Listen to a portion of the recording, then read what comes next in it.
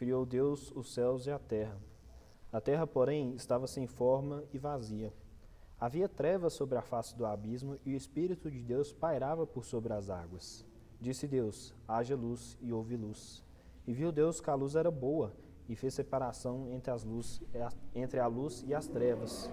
Chamou Deus a luz dia, e as trevas noite. Houve tarde e manhã o primeiro dia. E disse Deus: haja firmamento no meio das águas, e separação entre as águas e águas. Fez, pois, Deus o firmamento e separação entre as águas debaixo do firmamento, e as águas sobre o firmamento, e assim se fez.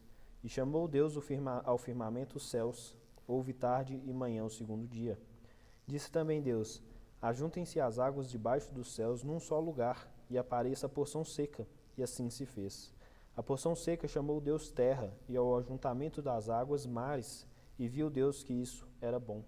E disse: produz a terra relva, ervas que deem sementes, e árvores frutíferas, que deem fruto segundo a sua espécie, cuja semente esteja nele sobre a terra. E assim se fez. A terra, pois, produziu relva, ervas que davam semente segundo a sua espécie, e árvores que davam fruto, cuja semente estava nele, conforme a sua espécie, e viu Deus que isso era bom. Houve tarde e manhã o terceiro dia. Disse também Deus: haja luzeiros no firmamento dos céus, para fazerem separação entre o dia e a noite, e sejam eles para sinais, para estações, para dias e anos, e sejam para os luzeiros no firmamento dos céus, para alumiar a terra, e assim se fez. Fez Deus os dois grandes luzeiros, o maior para governar o dia e o menor para governar a noite, e fez também as estrelas. E os colocou no firmamento dos céus para iluminarem a terra, para governar o dia e a noite, e fazerem separação entre a luz e as trevas. E viu Deus que isso era bom. Houve tarde e manhã o quarto dia. Disse também Deus: povoem-se as águas de enxames de seres viventes, e voem as aves sobre a terra, sobre o firmamento dos céus. Criou, pois, Deus os grandes animais marinhos e todos os seres viventes que rastejam, os quais povoavam as águas, segundo a sua espécie, e todas as aves segundo a sua espécie, e viu Deus que isso era bom, e os abençoou, dizendo: sede fecundos, multiplicai-vos e enchei as águas do mar, na terra se multipliquem as aves. Houve tarde e manhã o quinto dia. Disse também Deus: produza a terra seres viventes conforme a sua espécie, animais domésticos, répteis e animais selváticos, segundo a sua espécie, e assim se fez. E fez Deus os animais selváticos segundo a sua espécie, e os animais domésticos conforme a sua espécie, e todos os répteis da terra conforme a sua espécie, e viu Deus que isso era bom. Também disse Deus: façamos o homem à nossa imagem, conforme a nossa semelhança. Tenha ele domínio sobre os peixes do mar, sobre as aves do céu, sobre os animais domésticos, sobre toda a terra e sobre todos os répteis que rastejam pela terra. Criou Deus, pois, o homem à sua imagem, a imagem de Deus o criou. Homem e mulher os criou. E Deus os abençoou e lhe disse: sede fecundos, multiplicai-vos, enchei a terra e sujeitai-a, dominai sobre os peixes do mar, sobre as aves dos céus e sobre todo o animal que rasteja pela terra. E disse Deus ainda: eis que vos tenho dado todas as ervas que dão semente e se acham na superfície de toda a terra, e todas as árvores em que há fruto que dê semente, isso vos será para mantimento. E a todos os animais da terra, e a todas as aves dos céus, e a todos os répteis da terra em que há fôlego de vida, toda a erva verde lhe será para mantimento. E assim se fez. Viu Deus tudo quanto fizera, e eis que era muito bom. Houve tarde e manhã o sexto dia. Vamos orar, irmãos. Senhor Deus e Pai, graças te damos por mais esse dia. Graças te damos, ó Pai, porque podemos abrir a palavra do Senhor, estudar mais de Ti. E o Senhor tem nos abençoado com compreensão da palavra do Senhor, ó Pai. Te peço que o Senhor possa estar continuando nos abençoando, ó Pai. Que o Senhor possa estar abrindo nossos corações e nossas mentes para a palavra do Senhor nessa manhã, ó Pai. Em nome de Jesus. Amém. Então, irmãos, como hoje vai ser a nossa última aula, nossa aula de conclusão, eu decidi fazer um pouco diferente. Nós vamos fazer um resumo de como nós temos feito normalmente, só que nós vamos fazer um resumo um pouco mais abrangente, onde a gente vai ver alguns pontos de cada aula. Então, começando com a nossa primeira aula, a aula de introdução, foi uma aula de modo geral, onde vimos de modo geral a teoria da evolução, vimos também o que aconteceu em cada dia da criação. E vimos também que a Bíblia não propõe que tenhamos uma visão científica de como foi criado todas as coisas. Ela nos afirma que Deus criou todas as coisas. E é importante a gente sempre ter isso em mente, irmãos, que é importante para a nossa fé isso. E o que foi revelado por Deus é o que é necessário para a nossa fé. Então vamos abrir nossas Bíblias em Deuteronômio 29, 29.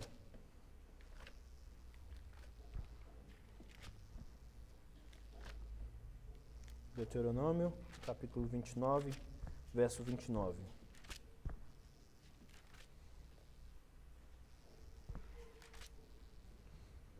Assim diz a palavra: As coisas encobertas pertencem ao Senhor, nosso Deus, porém as reveladas nos pertencem a nós e aos nossos filhos para sempre, para que cumpramos todas as palavras desta lei. Então, irmãos, o fato de Deus não ter revelado todas as coisas não deve desestimular nós, mas sim nos levar a confiar inteiramente em Deus, nos levar a ter essa confiança plena e completa em Deus. Então, esse foi a nossa primeira aula. A nossa segunda aula, ela foi muito interessante, que foi sobre a Bíblia e a história. Essa aula nós vimos a historicidade da Bíblia e nós tratamos de 2 pontos principais. O primeiro deles é que a Bíblia foi inspirada por Deus. Então eu vou pedir para 2 irmãos abrirem 2 textos e lerem para nós. Vai ser 2 Timóteo 3,16 e 2 Pedro 1, 10, 21. Aquele que achar pode ler.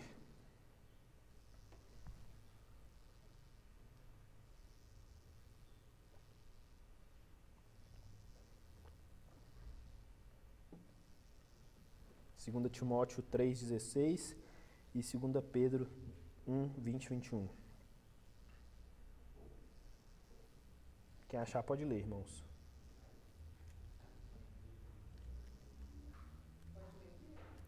Pode.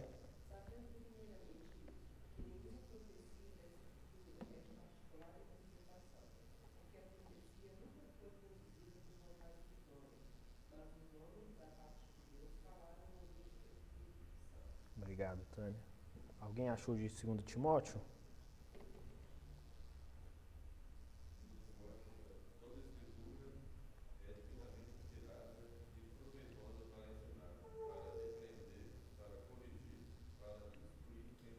Obrigado.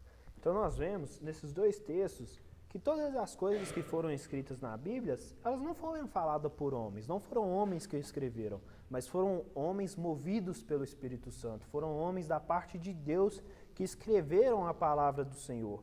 E aí o que leva nós ao nosso segundo ponto, que é que Deus não pode mentir. E aí nós vamos ver 3 textos. Vamos começar com Números 23, 19. Vamos abrir nossas Bíblias lá, irmãos.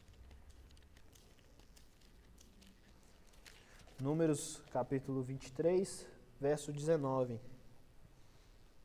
Diz assim: Deus não é homem para que minta, nem filho de homem para que se arrependa. Porventura, tendo ele prometido, não o fará? Ou tendo falado, não cumprirá? Vamos agora para o nosso segundo texto, que está em Tito, capítulo 1, verso 2.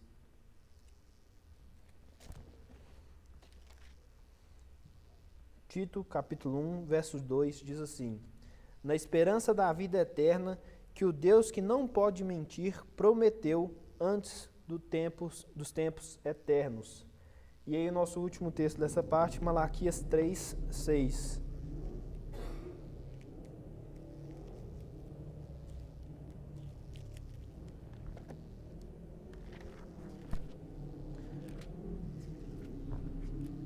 Malaquias 3, 6 diz assim: Porque eu, o Senhor, não mudo, por isso vós, ó filhos de Jacó, não sois consumido. Então, a primeira parte nós vimos o quê? Que a Bíblia foi escrita por Deus, por homens inspirados por Deus, por homens movidos por Deus, homens que falavam a palavra de Deus. E a segunda parte nós vimos que Deus não pode mentir. Então o que esses homens escreveram, que veio de Deus, que foram homens que escreveram movidos por Deus, são verdades porque nós vemos que Deus não muda. Deus não pode mentir, Deus não muda. Então o que Deus escreveu lá em Gênesis 1 continua sendo verdade hoje e para todo sempre, porque Deus não muda e vai continuar tanto Deus como a sua palavra para sempre a mesma. E aí, passando então para a nossa terceira aula, nós vimos Gênesis e a história. Nós vimos especificamente sobre o povo pré-diluviano e a civilização pós-diluviana.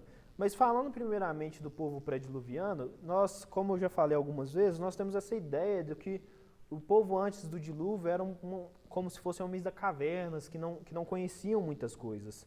Mas o relato de Gênesis é diferente. Vamos abrir nossas Bíblias em Gênesis 4, 22. Gênesis capítulo 4, verso 22. Diz assim: Zilar, por sua vez, deu à luz a Tubacaim, artífice de todo instrumento cortante de bronze e de ferro. A irmã de Tubacaim foi Naamã. Então nós já vemos aqui, em Gênesis 4, uma pessoa que era capaz de trabalhar com bronze e com ferro. Então, esse processo de obter o bronze e o ferro é um processo muito tecnológico, é um processo muito difícil de fazer. Então, nós já vemos que se a pessoa não tivesse o conhecimento do que é ferro, do que é o cobre, ela não conseguiria trabalhar com esses materiais e não daria valor. Então, nós vemos que já logo no início da Bíblia, nós já vemos homens com intelecto capaz de trabalhar com ferro, com bronze, com essas coisas. E nós sabemos que os homens eram muito inteligentes por alguns pontos. O primeiro deles é que Deus dá uma ordem para Adão de nomear todos os animais. Nós já conversamos aqui que os animais seriam bastante animais, mas não tanto quanto nós temos hoje, né? Seriam os animais tipos básicos. Mas mesmo assim, isso requer um nível intelectual, um nível de inteligência muito alto para você olhar o animal, observar e dar o seu nome. Nós também sabemos que antes da queda, Adão vivia com Deus. Então, o conhecimento sobre a criação, sobre as coisas que foram criadas, era transmitido diretamente de Deus para Adão. Adão tinha esse contato pessoal com Deus antes da queda. E um outro ponto que influencia muito para poder essas pessoas serem inteligentes daquela maneira é a longevidade. Nós vemos que Adão viveu quase 1000 anos. E quando você vive esse tempo todo, você vai aprendendo cada vez mais. Então, nós vemos essas questões do povo pré-diluviano. E nós vimos também o início da nossa civilização após o dilúvio nessa nossa aula. Nós vimos que a Bíblia aponta que as montanhas do Ararat como o local onde a arca parou. E isso está em Gênesis 8:4, que diz assim: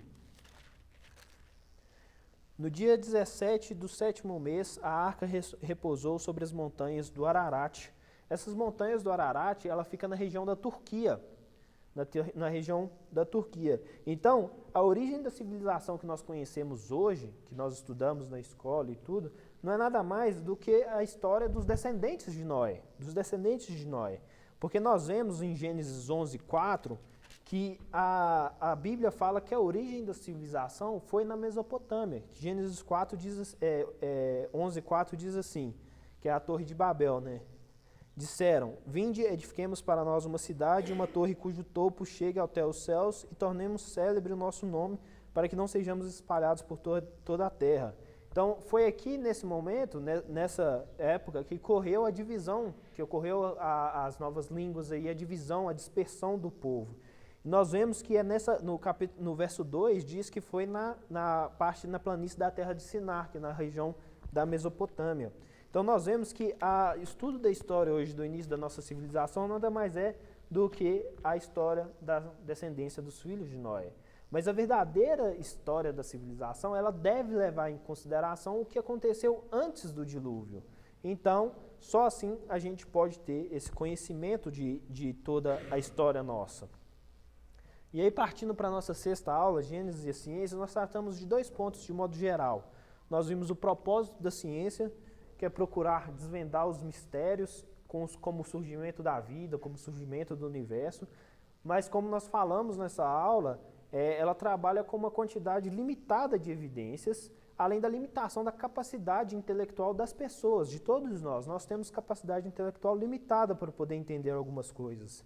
E nós vimos, além disso, nós vimos também o propósito da Bíblia. Um dos propósitos da Bíblia é oferecer o conhecimento da verdade de todas as áreas da experiência do ser humano. E aí, como nós já vimos que Deus não pode mentir, que a palavra de Deus foi escrita por Deus, então o seu relato da Bíblia é um relato da verdade, é o relato da verdade que a Bíblia quer nos transmitir. E aí, partindo para a nossa quinta aula, Gênesis e a teoria da evolução, nós vimos a teoria da evolução de forma geral e vimos que ela não fala, que o relato dela não é compatível com o relato bíblico. Ela é incompatível com a Bíblia. E essa incompatibilidade está relacionada, em essência, com a mensagem da Bíblia. A mensagem da Bíblia é de redenção e restauração, e sendo ela aplicada não só a nós seres humanos, mas toda a natureza. Vamos abrir nossas Bíblias em Romanos 8, irmãos. Romanos 8, capítulo 8, verso 19 e 22. A 22.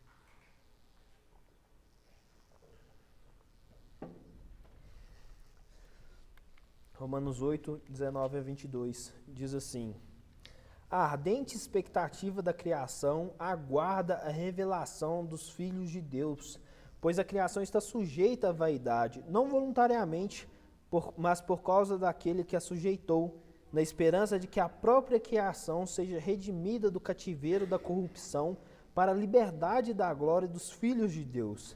Porque sabemos que toda a criação a um só tempo geme e suporta angústias até agora. Então toda a criação do Senhor, ela sofreu a maldição do pecado. Não só nós, seres humanos, mas toda a criação, os animais, as plantas, tudo sofreu. E essa é a mensagem da palavra, de redenção, de restauração da criação de Deus. E então nós vemos que o nosso universo, nós, os animais, as plantas, nós não estamos num estado evolutivo, nós estamos num estado degenerativo. A tendência do universo é se degenerar por causa da maldição do pecado. Mas com a segunda volta de Cristo, todas as coisas vão ser restauradas. E aí na nossa sexta aula, nós vimos o primeiro verso da Bíblia, que é Gênesis 1:1, o início. Que nós vimos os 3 pontos da criação que foram os iniciais, né? Nós vimos sobre o tempo, sobre o espaço e sobre a matéria, que são 3 pontos que Deus criou no início de tudo e que a natureza depende dele. E aí nós passamos depois para o segundo verso da Bíblia, Gênesis 1 e 2, interpretações. Nós vimos um pouco mais do verso sobre 2, mas nós vimos também onde que começa o primeiro dia, onde começa o relato do primeiro dia, que é no verso 2. No verso 2. E nós vimos que a sequência do primeiro dia é o seguinte: trevas, criação da luz, separação entre luz e trevas e o fim do primeiro dia. Então, nessa aula nós ficamos com esse tema do primeiro dia como um todo. E aí depois nós paramos nos dias e nós analisamos de modo geral o capítulo 1 e 2 de Gênesis. Nós vimos que o capítulo 1 e 2 de Gênesis, eles tratam da mesma criação, que são relatos complementares, são relatos que um completa o outro. E nós vemos isso na estrutura que esses 2 capítulos foram escritos. Nós temos Gênesis 1:1, que ele resume toda a criação que será descrita no primeiro capítulo. E aí temos Gênesis 1:2 a 31, que é uma expansão desse primeiro versículo. E aí temos Gênesis 1:28 a 30, que resume a criação do ser humano, que vai ser descrita no capítulo 2. E aí temos o Gênesis 2, de 4 a 25, que é uma expansão do que foi escrito em Gênesis 28 a 31. E aí nós trabalhamos nesses 2 capítulos e vimos que não são relatos diferentes, mas sim relatos complementares.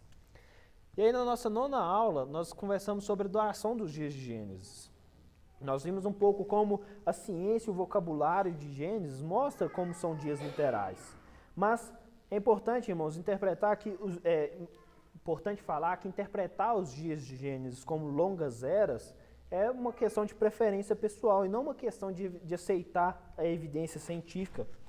Algumas pessoas interpretam os dias de Gênesis 1 como sendo longos períodos de tempo, por achar que essa interpretação é compatível com o registro fóssil. Mas a gente pode começar a afirmar que o registro fóssil não apresenta nenhuma evidência a favor da teoria da evolução.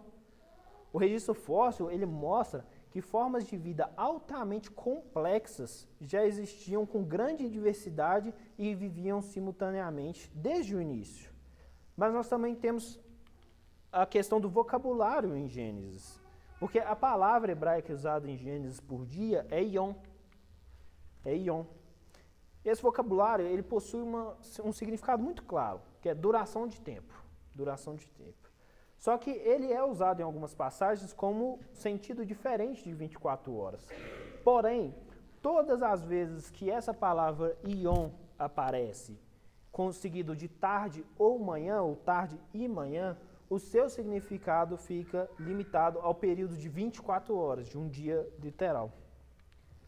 E aí, passando para a nossa 13ª aula, está um pouco pequeno, irmãos, porque é um pouco grande, mas eu vou ler aqui e a gente vai acompanhando. Na nossa 10ª aula, nós vimos a divisão dos dias de Gênesis. Nessa aula, nós vimos os dias e nós vimos os seus acontecimentos, e nós vimos em específico 2 termos hebraicos que nos ajudam a entender a criação, que é o bará e o assá. Onde o bará significa trazer à existência algo daquilo que ainda não existe, e o assá significa trazer à existência de algo que já existe. E aí a gente vê na descrição do capítulo 1 isso. Nós vemos no verso 1, no princípio Deus bará, os verbos usados é bará. Então Deus trouxe à existência do nada os céus e a terra. E aí no verso 7, Deus trouxe da existência daquilo que já existe os firmamentos e separou as águas. No verso 16, novamente, nós temos Deus trouxe a existência daquilo que já existe, 2 grandes lumiares. No verso 21, Deus então trouxe a existência de algo que não existe, os grandes animais aquáticos. No verso 25, Deus trouxe a existência dos animais de algo que já existia. No verso 26, então Deus criou o homem de algo que já existia. No verso 27 fala que Deus criou o homem de algo que não existia, né, que seria o sopro da vida. E no verso 31, Deus viu que todas as coisas que ele tinha trago à existência havia ficado muito bom. Nós trabalhamos nesse sentido na nossa 10ª aula. E aí na nossa 11ª aula, a criação dos corpos celestes, a gente estudou o nosso universo de modo geral, como estrelas, asteroides, luas, galáxias, nós vimos de modo geral. E aí eu trouxe um breve resumo de tudo que nós vimos para nós ver a grandeza da criação de Deus, que foi os dados que eu trouxe, né, que o número de estrelas no nosso universo é de 30 a 1 septilhão de estrelas. Esse número equivale a 3 vezes todos os grãos de areias de todas as praias, de todos os desertos que há na Terra. Então, assim, a quantidade de estrelas no nosso universo é imensa. Nós temos também o número de galáxias, que é de aproximadamente 170 bilhões no universo observável, que nós conseguimos ver. Nós temos que a massa do nosso universo é de 8 vezes 10 a 52 quilos. Então esse número equivale a 8 mil trilhões de trilhões de trilhões de trilhões de quilos. E o tamanho do nosso universo é de 93 bilhões ano-luz. Com um ano-luz equivale a 9,5 trilhões de quilômetros. Então o tamanho do nosso universo que nós observamos é de 900 bilhões de trilhões de quilômetros. Então a grandeza da criação de Deus. Na nossa 12ª aula, que foi a criação das plantas, nós vimos sobre a criação das plantas de modo geral e a sabedoria de Deus ao criar essas plantas para o uso do ser humano, né? Que ela pode ser usada como alimentação, como medicinal. E nós vimos também que a planta, que a folha, é um dos equipamentos mais sofisticados que o ser humano conhece, porque ela faz a fotossíntese, que ela pega o gás carbônico que está no ar e transforma em oxigênio, que é para nós respirarmos. E aí na nossa 13ª aula, nós vimos a criação dos animais. Nós vimos as características dos animais e os grupos que os animais foram criados, que foram os animais domésticos, os animais selváticos e os demais animais. Nós vimos também que Deus não precisaria criar todos os animais, que ele poderia apenas criar um animal com todos os tipos básicos que poderia se expressar de diversas maneiras diferentes. Que essas possíveis modificações, e aí, irmãos, são modificações no modo de se expressar o material genético do animal, não evolução. Seria mais ou menos um animal que poderia se expressar como raposa, como lobo, como cão e assim em diante. E aí, nas nossas duas últimas aulas, nós tratamos sobre a criação do ser humano. Nós vimos alguns pontos de muita importância para nós, que é que Deus nos criou a imagem e a semelhança dele. A nossa imagem e semelhança está distorcida por causa do pecado. Nós vimos sobre a nossa identidade individual como seres humanos. Nós vimos a criação da mulher. Nós vimos cientificamente provas de que todos os homens que todos nós viemos do mesmo homem e da mesma mulher. E vimos também a variação do ser humano na forma da expressão da cor da pele. Então, irmãos, como esse resumo um pouco mais longo nos mostra, que a interpretação literal dos capítulos de Gênesis não apresenta nenhuma dificuldade científica. Ela não é compatível com a proposta evolutiva. Ela não é. Mas a proposta evolutiva é apenas uma proposta. Ela é colocada de forma de teoria e está longe de ser um fato inabalável da ciência. Ela não é um fato inabalável da ciência. Por meio de estudos científicos, a gente pode demonstrar que tanto o universo quanto a vida, eles teriam sido criados. Pois, pelos processos naturais e pelas leis da natureza que nós conhecemos, tanto o universo como a vida jamais teriam vindo à existência espontaneamente. Isso é um fato científico que pode ser demonstrado em qualquer laboratório, por qualquer cientista, sendo ele de posicionamento evolucionista ou criacionista. Bilhões de anos e pequenas variações não poderiam produzir nem o universo, nem a vida. Então, assim, a gente pode afirmar que tanto o universo quanto a vida, elas foram criadas. E essa proposta deveria ser a mais razoável e aceita ao nosso redor, mas, infelizmente, não é, porque nós não conseguimos ver que toda essa complexidade existente no universo, as pessoas continuam defendendo que toda essa complexidade que nós vimos, tanto na vida quanto no universo, elas surgiram aleatoriamente. Mesmo com toda a evidência e com toda a tecnologia que nós temos atualmente, seria impossível, irmãos, esse é um ponto muito interessante, impossível demonstrar cientificamente que todas as coisas foram criadas por Deus exatamente como a Bíblia nos diz. É impossível cientificamente provar. Mas isso somente pode ser aceito pela fé. Pela fé. Como a gente viu tudo aqui, a fé, porém, não está baseada em coisas que se diferem da ciência. Pelo contrário, nós vimos cientificamente as coisas que foram relatadas na criação. Ainda que nós encontramos uma amostra da grandeza do ser de Deus que revela na Bíblia o seu caráter perfeito e admirável. E o que Deus requer de nós como seres humanos está perfeitamente dentro das nossas condições. Quer ter fé, quer acreditar. Todos nós acreditamos em uma coisa. E é importante a gente notar que o próprio Adão, o primeiro ser humano criado por Deus, ele precisou ter fé. Porque nós vemos que Adão não esteve presente em nenhum momento da criação, ele não viu Deus criar nada, ele não viu nenhum dos atos criadores de Deus. Quando Adão foi criado, todas as coisas já haviam sido criadas. Adão mesmo não presenciou a criação de Eva, porque Deus o pôs ele num pesado sono e ele adormeceu.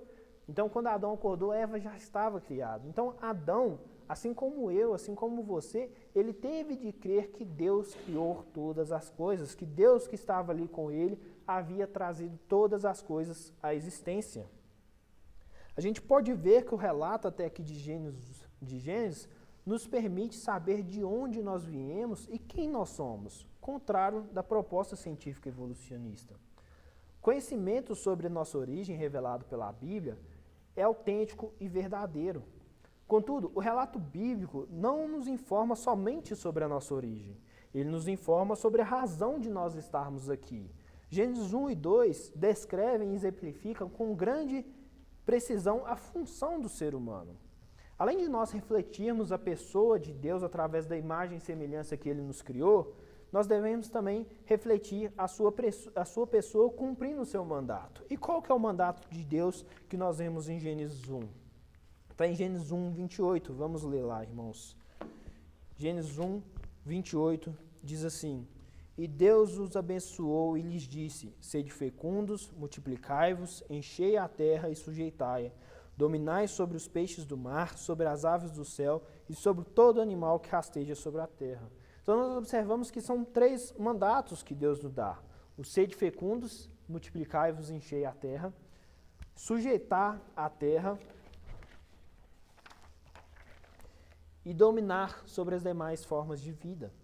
Nós fomos abençoados por Deus com essas 3 funções específicas. Na primeira, sede fecundos, multiplicai-vos e enchei a terra, o alvo de Deus para o ser humano é que ele tivesse filhos e filhas até que o planeta estivesse cheio de seres humanos. Foi por essa razão que Deus criou a porção seca da terra, para que ela fosse habitada pelo ser humano. E seria necessário muitos seres humanos para poder habitar toda essa extensão da porção seca. Mas existe uma razão para o povo povoar a terra. Há uma razão para o povo povoar a terra. E a gente vai olhar isso com o segundo ponto, que é de sujeitar a terra. A palavra traduzida por sujeitar é a palavra kabash. O seu significado a gente pode compreender ele através do texto de Jeremias. Vamos abrir nossas Bíblias lá em Jeremias, capítulo 34, verso 11. Jeremias 34, verso 11, diz assim: Mas depois se arrependeram e fizeram voltar os servos e as servas que haviam despedido forros e os sujeitaram por servos e servas. Então, da mesma forma que essas pessoas que foram mencionadas por Jeremias foram subjugadas para servir, assim também o ser humano deve sujeitar a terra para servir. Mas o que significa isso de forma prática? A gente já estudou isso em aulas anteriores, que as plantas foram criadas no 3º dia e no 6º dia, mas vamos focar agora na maneira que os seres humanos deveriam sujeitar essa terra, essa planta que foram criadas. Deus cria, antes do ser humano, Deus criou e plantou um jardim no Éden. Esse jardim, foi nesse jardim que Deus colocou o homem para que o homem cuidasse desse jardim. E observe que não foi Adão que plantou o primeiro jardim, foi Deus que plantou o jardim.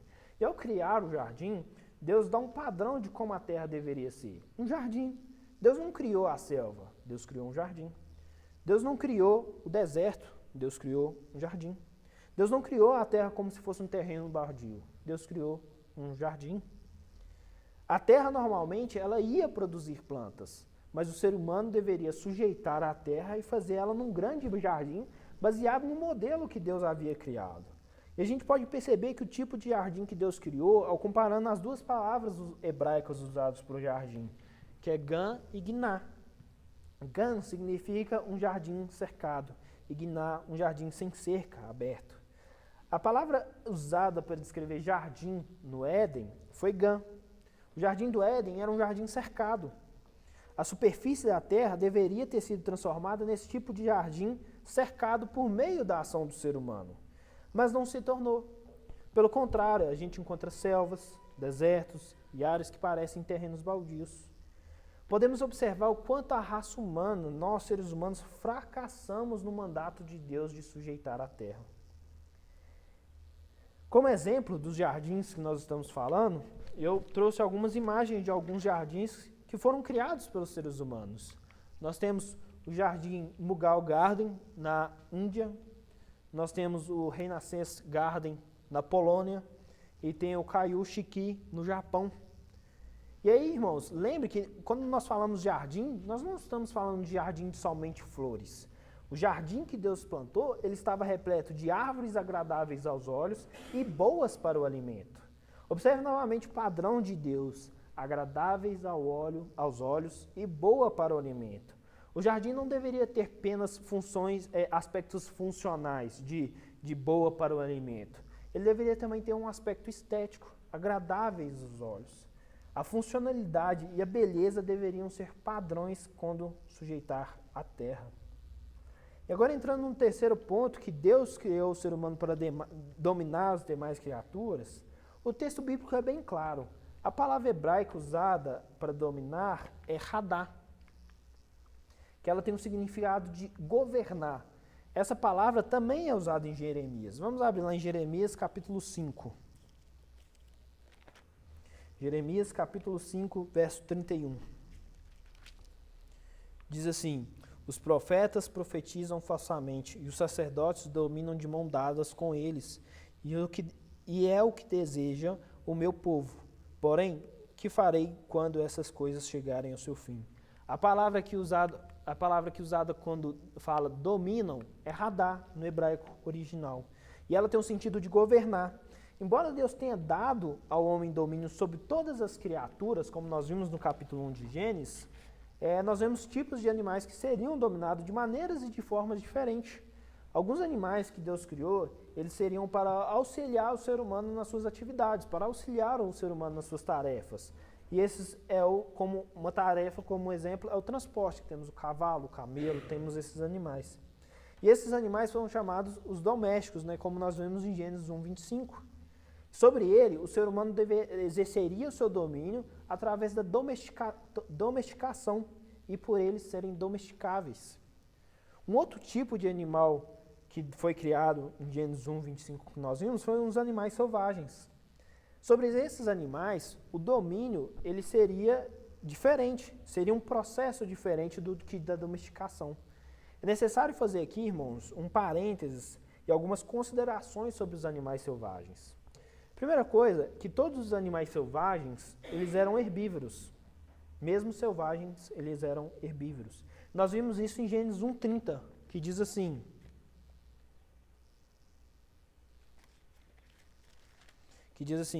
e todos os animais da terra, e todas as aves dos céus, e a todos os répteis da terra, em que há fôlego de vida, toda erva verde lhe será para mantimento. E assim se fez. Então os animais eram herbívoros, eles comiam as plantas, as ervas. E no caso de alimentação, toda forma de vida, seja ela animal, seja nós seres humanos, nós necessitamos obter os nutrientes necessários para nós continuarmos existindo.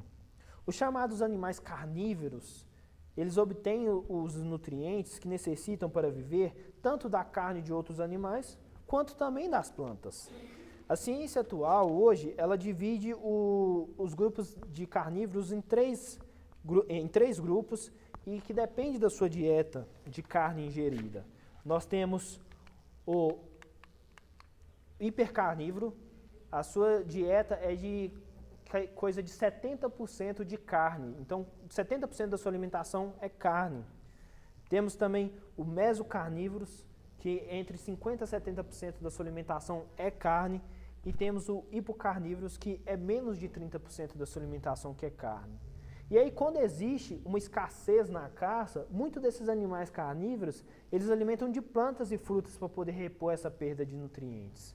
Então, no início, os seres humanos e animais, eles necessitavam apenas de plantas para a subsistência. E isso é perfeitamente compatível com o texto bíblico, que afirma que na restauração futura, os animais classificados como carnívoros hoje, eles voltarão a ser herbívoros. Vemos isso em dois textos. Isaías 65, 25. Vamos abrir nossas Bíblias lá, irmãos. Isaías capítulo 65, o verso 25. Diz assim: o lobo e o cordeiro pastarão juntos, e o leão comerá palha como o boi. O pó será a comida da serpente. Não se fará mal, nem dano algum, em todo o meu santo monte, diz o Senhor. Um outro texto ainda em Isaías, tem Isaías capítulo 11.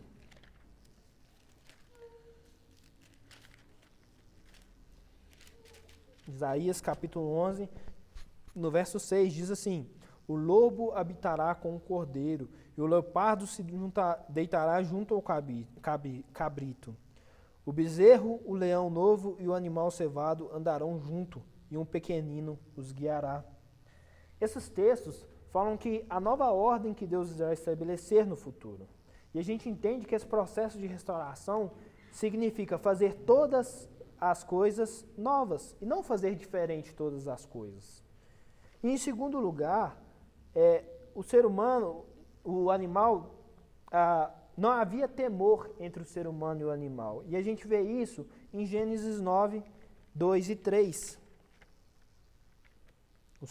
Entre o ser humano e o animal não existia um temor, mas isso muda, e nós vemos isso em Gênesis 9, 3, que diz assim: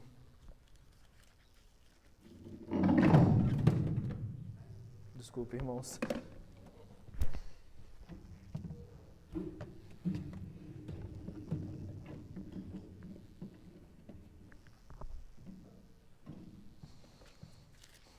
Gênesis 9, verso 2 a 3.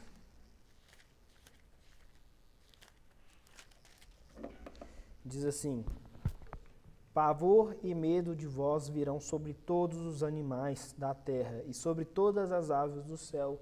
Tudo que se move sobre a terra e todos os peixes do mar, nas vossas mãos serão entregue.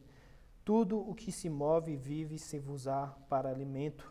Como vos dei a erva verde, tudo vos dou agora. Então não existia medo, mas a partir do dilúvio era diferente. Então nós vemos que após o dilúvio há uma divisão no comportamento do homem do ser humano com o animal. O medo geralmente ele se manifesta nos animais de forma agressiva. Os animais ficam agressivos quando eles estão com medo, com a finalidade, com o objetivo de preservar a vida deles. E todas as vezes que o animal se sente ameaçado, ele reage atacando. Antes do dilúvio, os animais não se sentiam ameaçados com o ser humano.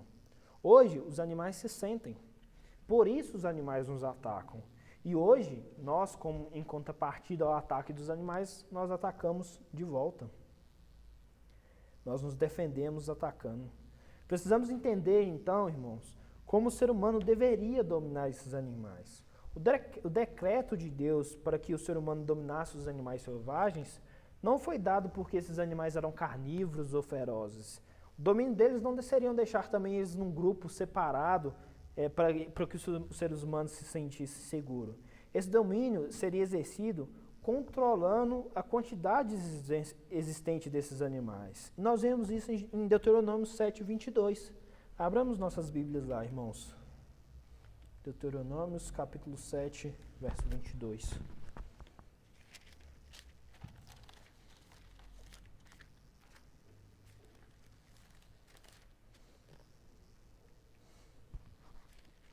Deuteronômio 7, 22 diz assim: O Senhor teu Deus lançará fora essas nações pouco a pouco de diante de ti.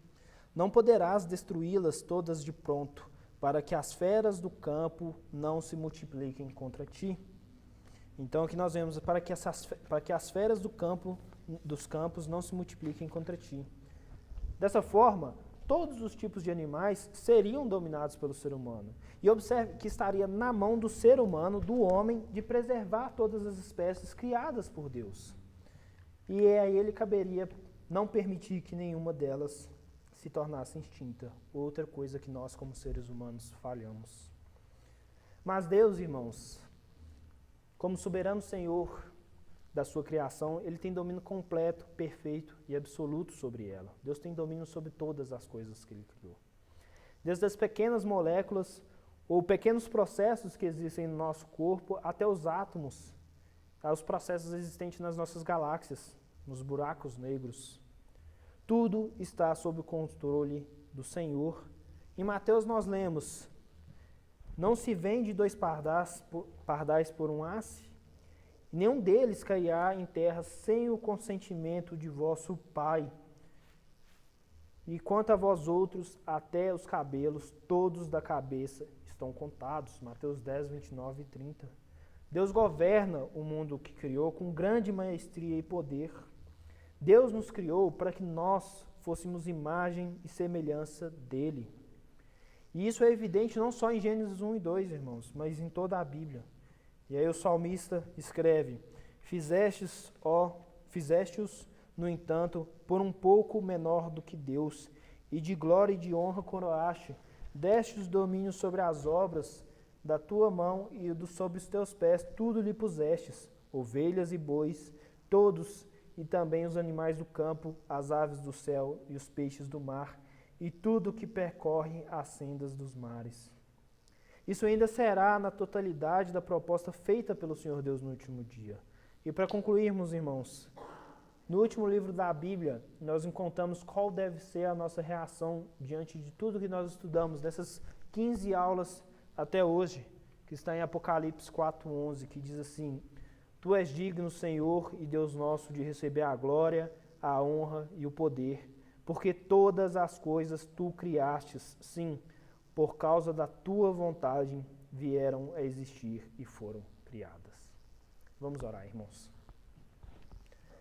Senhor Deus e Pai, graças te dou por tudo que o Senhor fez por nós, ó Pai. Te agradecemos pela terra que o Senhor criou, Pai.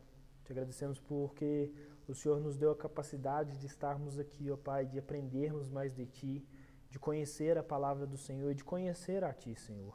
Sabemos que nós não merecemos isso, mas o Senhor, pela sua imensa glória, majestade e misericórdia, o Senhor nos permite isso, Pai.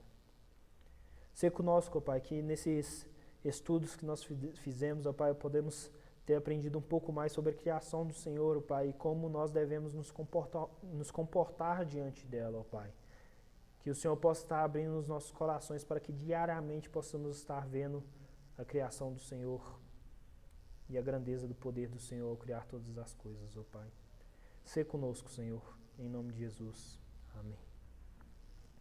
Irmãos, Elismar, chama o Rafael para mim. Já chamou lá? Irmãos, hoje nós vamos receber a Celina como membro. A Celina não era membro e nós vamos receber ela para o ex officio, né? Porque do tempo que porque ela era membro da igreja do Mangabeiras, obrigado, Núbia. E ela não tinha sido recebida na nossa igreja ainda, mas hoje nós vamos receber ela pela manhã. Estou só esperando o pastor descer, que o pastor vai negociar. Você chamou o pastor, Rafael? Tá. Então só aguardarmos um momento, irmãos. Sim? Sim? Sim? Sim.